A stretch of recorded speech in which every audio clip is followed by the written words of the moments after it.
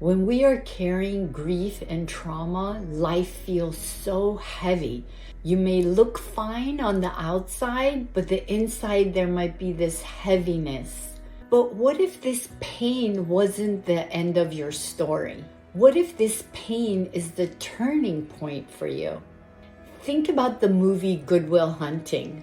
When Matt Damon, when he processed his childhood trauma, actually starts creating the best connections and moving past his trauma to create the life that he was meant to live. Or the movie Wild with Reese Witherspoon, where her grief was the catalyst for her self-discovery and creating the life that was so aligned with what she really wanted. What if your heartbreak, trauma, or loss could be the doorway to you finding a life that feels so much lighter, more joyful, and more in alignment with what you really want?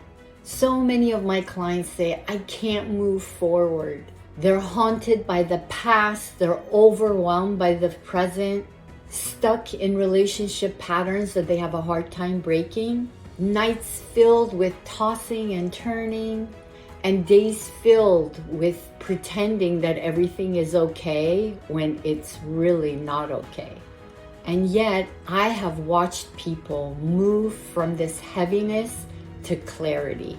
I have seen grief soften to acceptance and forming a different relationship with your loved one. Trauma patterns turn into strength. Relationships that were filled with resentment and anger soften into better communication, trust, and even love again. One of my clients lost her voice because of a childhood trauma. She kept finding herself in relationships, friendships, and work environments where people were literally bullying her and taking advantage of her.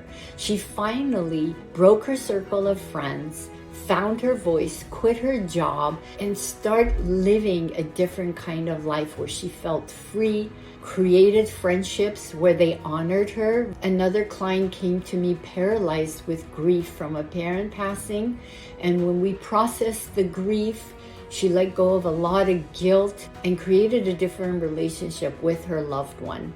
Being able to carry her loved one in her heart without that aching pain. So I'm going to ask you, who do you want to be on the other side of your pain?